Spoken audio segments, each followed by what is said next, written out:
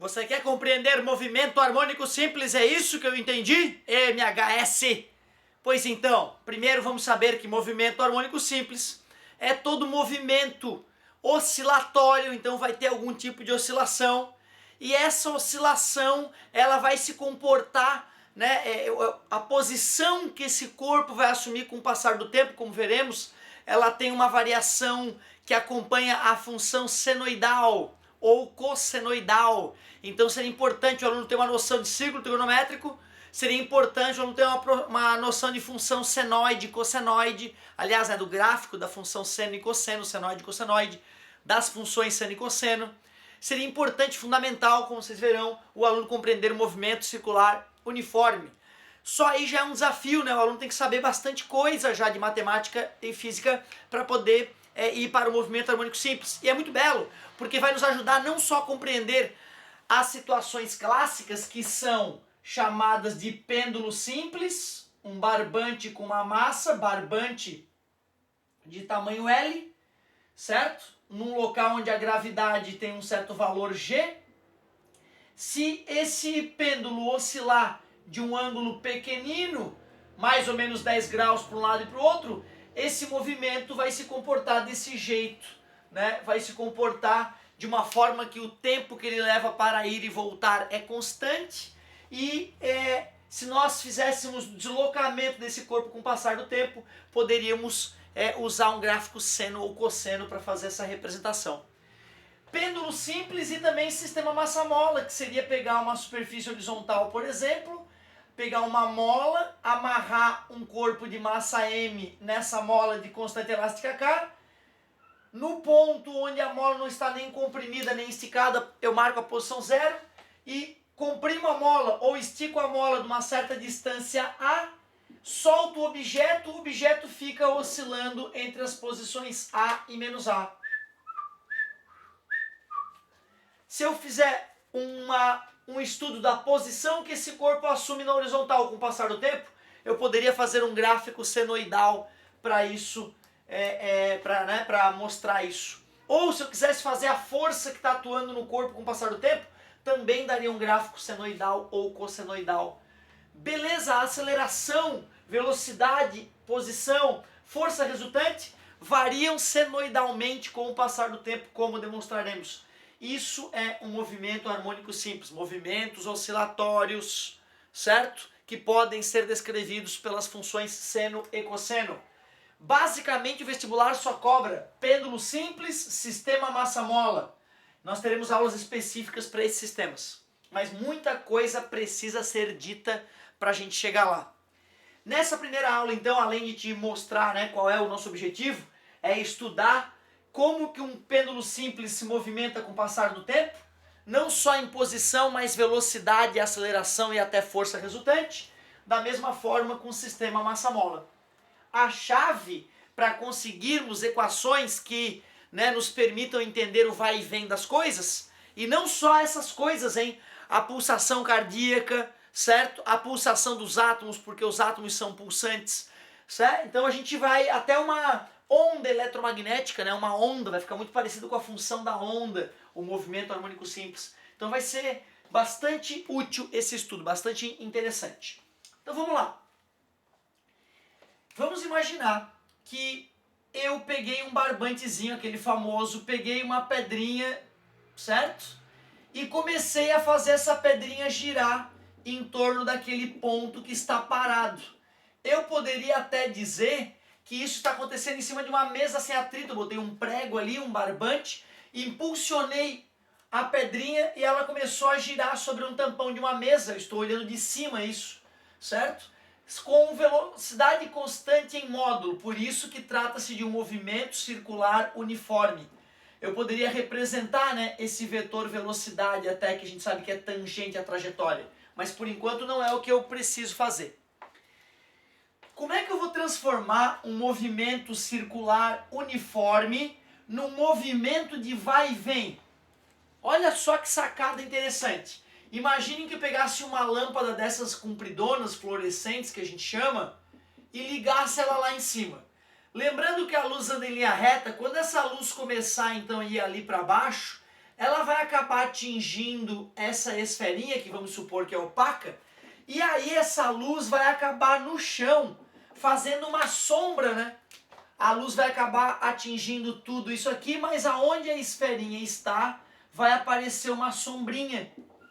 Vocês devem concordar comigo que à medida que esse cara gira, esta sombra, observem, ó, vai para a esquerda, para quase, né? Para momentaneamente e vem para a direita, para momentaneamente e vai para a esquerda. Enquanto esta pedra gira em movimento circular uniforme, a sombra que essa pedra projeta devido à lâmpada lá em cima se movimenta em movimento harmônico simples. Olha que beleza. Para que nós possamos saber aonde essa sombra está com o passar do tempo, eu primeiro preciso de uma referência. E uma boa referência seria o centro dessa circunferência. Por isso que eu vou chamar essa posição aqui de posição 0. Eu vou colocar o meu eixo de referência, eixo X, aqui. E se eu quiser saber a posição X naquele momento, eu poderia, por exemplo, traçar uma pontilhada horizontal ali a partir do centro da circunferência, perceber que se formou um triângulo retângulo, e essa distância do ponto 0 até a sombra que eu chamarei de X, essa distância X, ela é o cateto adjacente para esse ângulo θ, que o barbante, certo? Conectado à pedrinha, faz com essa linha horizontal aqui no nosso desenho. Poxa, se eu conheço o raio desta curva, se eu conheço o raio dessa curva que a pedrinha descreve, o aluno tem que lembrar que cosseno, o que é cosseno de θ? É o cateto adjacente, que é essa distância x que eu quero descobrir, dividido pela hipotenusa, que é essa distância r. Ou a distância x, que a sombra da esferinha está da posição 0, é a distância r vezes o cosseno de θ. Porém, como nós dissemos lá no sistema massa-mola, que o objeto vai oscilar entre A e menos A, eu poderia dizer que essa esferinha vai atingir uma posição máxima A para a direita, e se para a direita é mais, para a esquerda menos, ela atingiria uma posição mínima menos A na esquerda. Essa distância máxima que a sombra se deslocaria para a direita e para a esquerda, esse A é A de amplitude. Vocês devem concordar comigo que esta amplitude é o próprio raio da circunferência, concordam comigo? Esse A é o próprio raio da circunferência. Por isso que a posição X da sombra é A vezes cosseno de θ. Só que aquele ângulo θ, nessa fotografia que nós tiramos para fazer o estudo, né? Ele está claro, eu poderia pegar um transferidor e achar a posição dele naquele momento. Só que esse objeto está em movimento. Eu gostaria de poder achar aquele ângulo θ em qualquer momento, não só nessa fotografia instantânea. Lembram que existe uma ideia chamada velocidade angular média, que é pegar o ângulo que o corpo descreveu, Δθ, e dividir pelo tempo que ele demorou para descrever? Esse objeto poderia ter saído de uma posição inicial θ0, né? Certo? E ele levou um certo tempo para sair dessa posição θ0, no momento 0, onde o meu cronômetro estava zerado, e chegar nessa posição final θ. Certo? Eu até poderia usar aquele posição 0 ali como referência angular. Bom, o que é Δθ mesmo? Δθ é posição final menos posição inicial. O que é ΔT? Variação de tempo. Tempo final menos tempo inicial. Mas nós zeramos o cronômetro quando o objeto partiu para começar o seu MCU. Por isso que o T0 vai sumir do meu ΔT. Por isso que eu vou dizer que o meu ΔT é próprio T. Esse T, então, está dividindo, passa multiplicando. Isso nós já fizemos na aula de MCU, né, galera? Só estou retomando. O que é Δθ? Θ menos θ0. Menos passa mais popularmente, né? Somamos θ0 em ambos os lados. Portanto, se eu quiser achar aquele ângulo θ em qualquer momento, eu posso pegar o ângulo inicial de onde o corpo partiu, θ0, e somar com a velocidade angular vezes o tempo. Esta é a famosa equação horária da posição para movimento circular uniforme. Mas não é posição linear, que nem o S igual a S0 mais V vezes T. É posição angular, em radianos ou graus. Aqui vai ser radiano, né?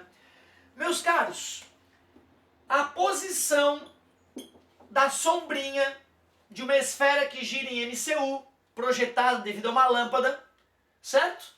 Ela simplesmente pode ser obtida pela amplitude de movimento que multiplica cosseno de quem é o nosso θ?